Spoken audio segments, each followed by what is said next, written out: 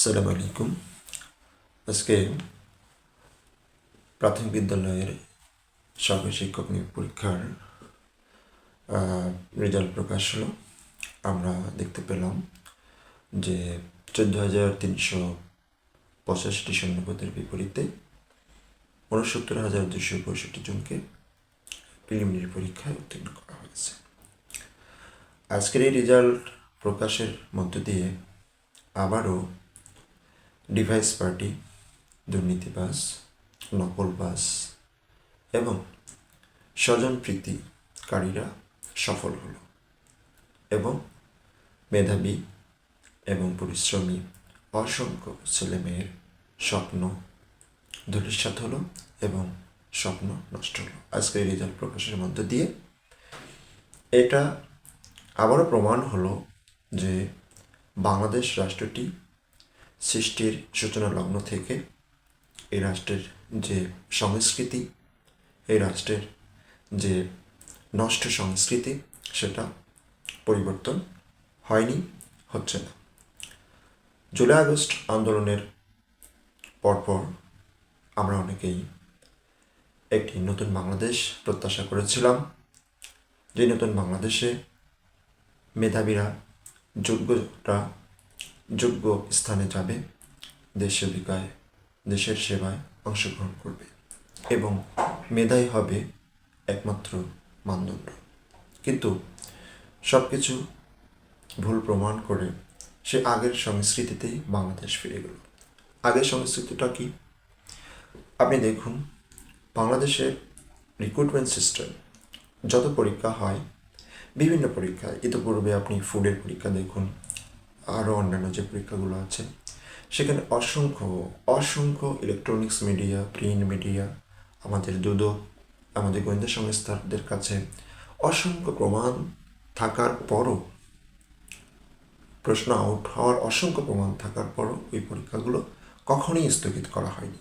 বরঞ্চ এমনকি আপনার রিট হওয়ার পরও ওই পরীক্ষাগুলো কখনোই স্থগিত করা হয়নি। বরঞ্চ আরও কী করা হয়েছে, ওই পরীক্ষার রেজাল্টটা আরও দ্রুততার সাথে প্রকাশ করা হয়েছে। প্রকাশ করে ভাইবার ডেট দিয়ে, ভাইবা নিয়ে এটা চূড়ান্ত রেজাল্ট প্রকাশ করা হয়েছে। ফলাফলে কী হয়েছে? অসংখ্য হাজার হাজার মেধাবী ছাত্রদের সেবা থেকে আমাদের দেশ বঞ্চিত হচ্ছে। অথচ জুলাই আগস্ট আন্দোলনের পর এই সংস্কৃতি আমরা কেউ প্রত্যাশা করিনি। আমরা প্রত্যাশা করেছিলাম যে এখানে প্রত্যেকটা ছেলে তার যোগ্যতা মূল্য পাবে, তার যোগ্যতা অনুযায়ী চাকরি পাবে। আপনি এখানে 14,385টা শূন্য পদের বিপরীতে যে রেজাল্টটি প্রকাশ করা হয়েছে, আমার প্রশ্ন হলো, যদি একটা শূন্য পদ, যদি একটা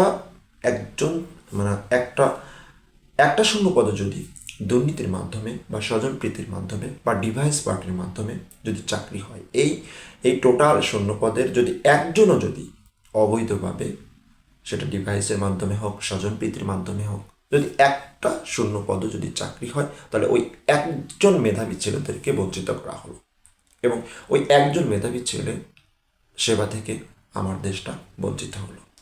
এটা সংখ্যা এক হলো, এটার গুরুত্ব অনেক। আমাদের এই সংস্কৃতি, যে সংস্কৃতি বাংলাদেশ সৃষ্টির পর থেকে হয়ে আসছে, এই রিক্রুটমেন্ট সিস্টেমের স্বচ্ছতা নিয়ে আসাটা খুব জরুরি। এই পরীক্ষায় বিভিন্ন পত্রপত্রিকা, ইলেকট্রনিক্স মিডিয়া, প্রিন্ট মিডিয়া, অসংখ্য জায়গায় পরীক্ষা শুরু হওয়ার 15 থেকে 20 মিনিট পর সোশ্যাল মিডিয়ায় প্রশ্ন এসেছে এবং যে প্রশ্নটা এসেছে, সেই পরীক্ষা হওয়ার পরে সেই প্রশ্নটার সাথে হুবহু মিল পাওয়া গিয়েছে। এটা নিয়ে অনেকে আন্দোলন করেছে, সংগ্রাম করেছে, তারপরও খুব দ্রুততার সাথে রেজাল্টটা প্রকাশ করা হলো এবং হয়তো খুব শীঘ্রই ভাইবার ডেট দেওয়া হবে। কিন্তু এই পরীক্ষার মাধ্যম দিয়ে অসংখ্য জায়গায় গ্রেপ্তার হয়েছে, অনেকেই গ্রেপ্তার হয়েছে এবং যতটুকু সংখ্যক গ্রেপ্তার হয়েছে বা ইলেকট্রনিক্স মিডিয়া, প্রিন্ট মিডিয়া এসেছে, এর চেয়ে অনেক বড় একটি সংখ্যক যারা ধরাছোঁয়ার বাইরে গ্রেপ্তার হয়নি, পরীক্ষা দিয়েছে ডিভাইসের মাধ্যম দিয়ে এবং তাদের রেজাল্ট তারা হাতে পেয়েছে। একবার আপনি চিন্তা করুন, যারা এই ডিভাইসের মধ্য দিয়ে বা প্রশ্ন আউট করে পরীক্ষা দিয়েছে এবং টিকেছে, তারা 90 মার্কের মধ্যে তাদের মার্কটা থাকবে আকাশচুম্বী হয়তো 80-র উপরে 85, কারো কারো 88। এখানে ভাই মাত্র 10টি মার্ক রাখা হয়েছে। তাহলে একবার চিন্তা করুন, আপনি যারা ডিভাইসের মাধ্যমে পরীক্ষা দিয়েছে বা প্রশ্ন আউট করে পরীক্ষা দিয়েছে, এখানে এই 65,000 যারা প্রিলিমিনারি পরীক্ষা উত্তীর্ণ হয়েছে, এদের হয়তো অনেকেই মেধার দিয়েই টিকেছে, কিন্তু টিকলেও ফাইনালি আপনার ভাইবার পরে যখন চূড়ান্ত একটি রেজাল্ট প্রকাশ করা হবে, দেখা যাবে যে মেধাবী অনেক ছেলে মেয়ে, বেশিরভাগ ছেলে মেয়ে যারা ফেয়ারলি পরীক্ষা দিয়েছে, চাকরি পাচ্ছে না, খালি হাতে ফিরে যাচ্ছে। কেন? ওই যে আপনার ডিভাইস পার্টিটা প্রিলিমিনারি পরীক্ষায় আপনার 90-র মধ্যে দেখা যাবে 85 বা 88 ক্যারি করছে। তো আপনি 10 মার্কের মধ্যে জঘন্য ভাইবা দিলেও আপনি সর্বোচ্চ 1-2 মার্ক এখানে ডিফারেন্স ক্রিয়েট হবে। সো এই 1-2 মার্কের জন্য আপনার কিছুই হবে না। আলটিমেটলি যারা ডিভাইস বা প্রশ্ন আউট করে পরীক্ষা দিয়েছে, তারা ওই 90-র মধ্যেই একটা হাইস্ট মার্ক ক্যারি করেছে। এবং দিন শেষে ডিভাইস পার্টিরাই বা যারা স্বজনপ্রীতি বা প্রশ্ন আউট করে পরীক্ষা দিচ্ছে, তাদের জয় নিশ্চিত হবে এবং হাজার হাজার মেধাবী ছেলে মেয়ের স্বপ্ন, ড্রিম ধূলিসাৎ হয়ে যাবে। এই বাংলাদেশ আমরা চাইনি। অন্তত জুলাই আগস্ট আন্দোলনের পর আমরা একটি সুন্দর বাংলাদেশ প্রত্যাশা করেছিলাম, যেখানে রিক্রুটমেন্ট সিস্টেম হবে শতভাগ স্বচ্ছতা, শতভাগ নির্ভেজাল, এবং যেখানে প্রত্যেকটা মেধাবী ছাত্রছাত্রী তাদের যোগ্যতা অনুযায়ী চাকরি পাবে, যার যা যোগ্যতা আছে সে অনুযায়ী চাকরি পাবে। যদি কোনো পরীক্ষায় একটা ছেলেও ডিভাইসের মাধ্যম দিয়ে বা প্রশ্ন আউট করে পরীক্ষা দেয়, আমরা প্রত্যাশা করেছিলাম সেই পরীক্ষাটা কর্তৃপক্ষই সেই পরীক্ষাটা স্থগিত করবে, পরীক্ষাটা ক্যান্সেল করবে এবং নতুন করে পরীক্ষা নেবে। কিন্তু সেটা না করে অসংখ্য ছেলে মেয়ে ডিভাইসের মাধ্যম দিয়ে পরীক্ষা দিল এবং প্রশ্ন আউট করে পরীক্ষা দিল। তারপরও খুব নেক্কারজনকভাবে এই পরীক্ষার রেজাল্টটা প্রকাশ করা হলো, পরীক্ষাটা স্থগিত করা হলো না।